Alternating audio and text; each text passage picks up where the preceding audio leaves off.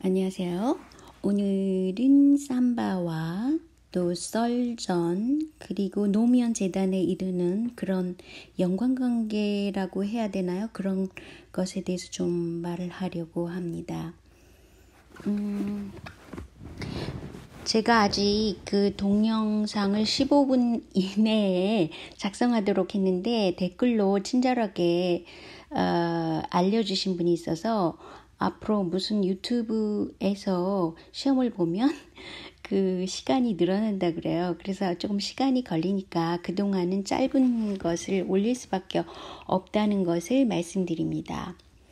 자, 우선 삼바를 보면은요, 이 사건은 결정적으로 경영권 승계를 위법적인 분식회계로 추진한 사건이라고 말할 수 있죠. 왜냐하면 2014년 5월에 이건희가 입원을 하게 되죠. 2014년 11월에 삼성 SDS가 상장을 하게 됩니다. 2015년 5월에 제일모직과 삼성물산이 합병 계획을 발표하고 그 후에 합병된 삼성물산이 돼버려요. 2016년 2월에는 삼성 엔지니어링 주식을 302만 주 매입을 하게 돼요. 2016년 11월에 삼성 바이오로직스, 문제의 바이오로직스를 상장하게 됩니다. 결과적으로 삼성물산, 통합된 삼성물산이 삼성그룹을 통괄해서 연계해서 관리를 하는데 이재용 삼성전자 부회장이 삼성물산의 주식을 17.23%를 갖게 된 그런 사건이에요. 물론 박근혜 시절에 그 국민연금까지 손대면서 이런 사건을 일으킨 것이죠. 그리고 중앙일보 또 JTBC의 썰전, 그것이 한국 지금 현재 정치 상황에서 얼마나 중요한 역할을 하는지, 그러니까 일종의 여론 조작 내지는 언론 플레이를 하고 있는 것의 중심에 썰전이 있다는 것이죠.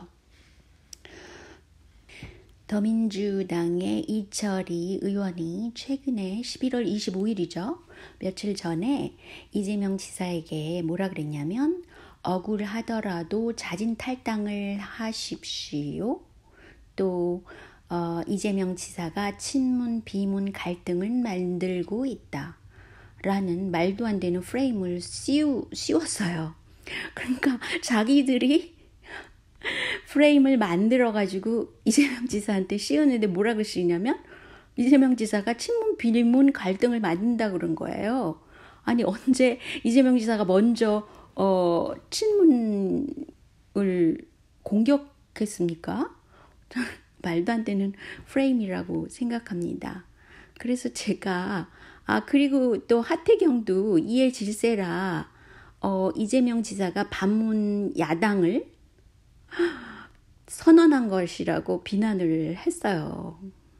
아니 어떻게 이런 자기네들이 만들고 이런 프레임을 씌웁니까? 이거 완전 프레임으로 이 사람들은 여론 조작을 하는 것이라고 볼 수 있는데 이철희에 대해서 제가 좀 그래서 조사를 해봤어요. 이철희가 썰전에 출연한 것은 2013년 8월입니다. 당시 상대방이 강용석이었어요. 여러분 썰전의 강용석 기억하시기 바라고요. 이 강용석이 이준석으로 그동안에 바뀌었는데 썰전에 유시민과 전원책이 등장하게 된 것은 2016년 1월이었다 그래요. 그런데 2016년 3월에 유시민이 정청래의 공천 탈락은 이철희의 작품이다 라고 그 책임을 물었죠. 그것에 대해서 이철희가 그 당시에는 이 말을 부인하면서 좀 항의를 했었어요. 그게 2016년이었는데 2018년 8월 13일에 유시민이 썰전 자리를 잠깐 노회찬한테 물려줬잖아요. 그런데 이제 노회찬이 죽은 이후에 그 대신에 이철이가 등장합니다.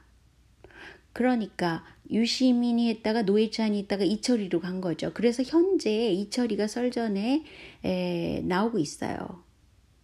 그런데 웃기는 것은 2018년 10월 28일에 이철이가 유시민은 옳은 말을 하는 사람이라는 또 말도 안 되는 그런 아부를 떱니다. 아니 세상에.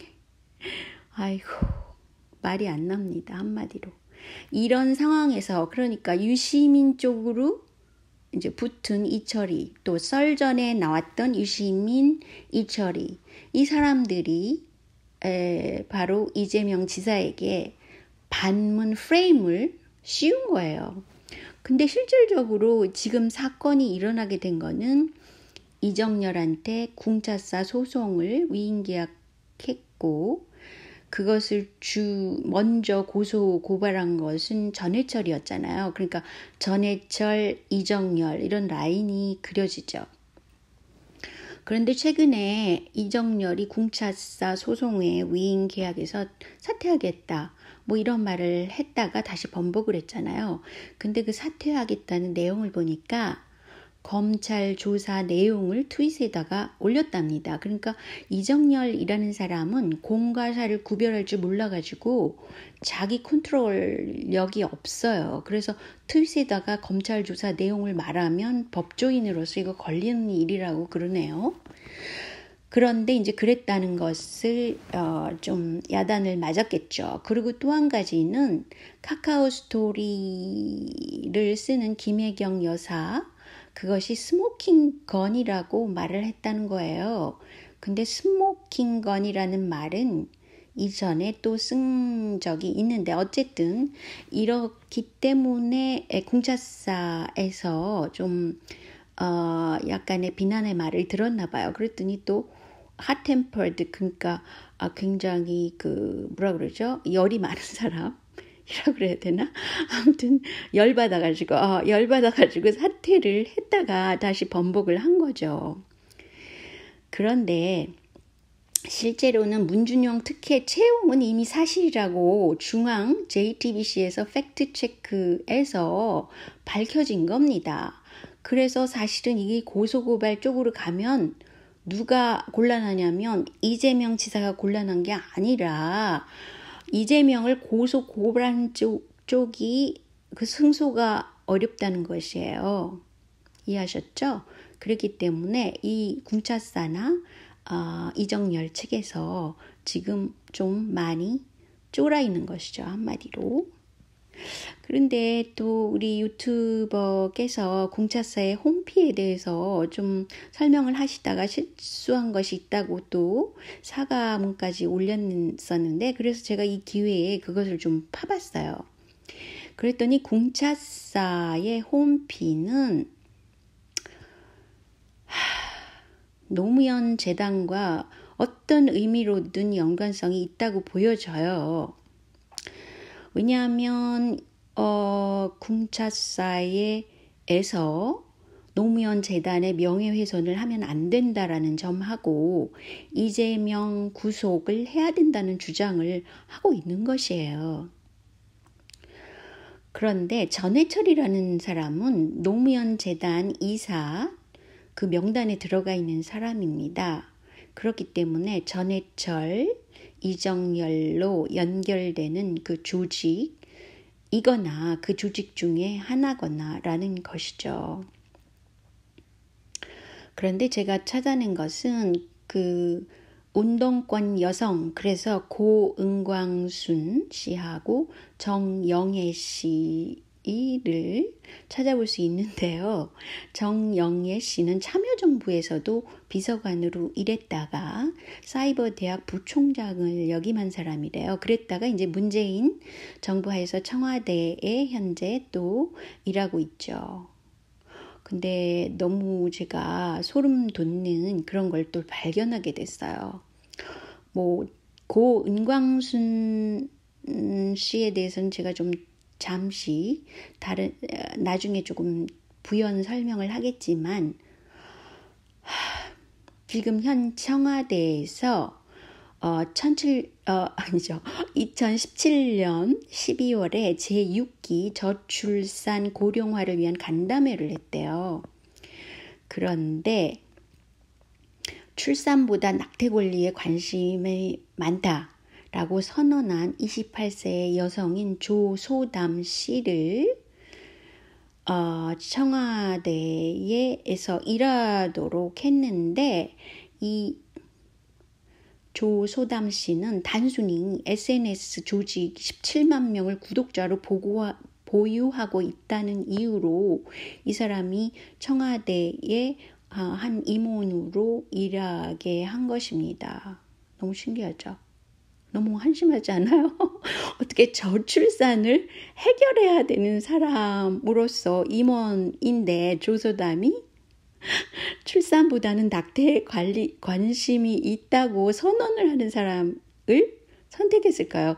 저는 이건 진짜 앞뒤가 안 맞는 일이라고 보고 또 이 낙태 문제에 대해서는 진짜 이거 너무 심각한데 제가 너무 한심해서 웃음이 나오는데 죄송하고요.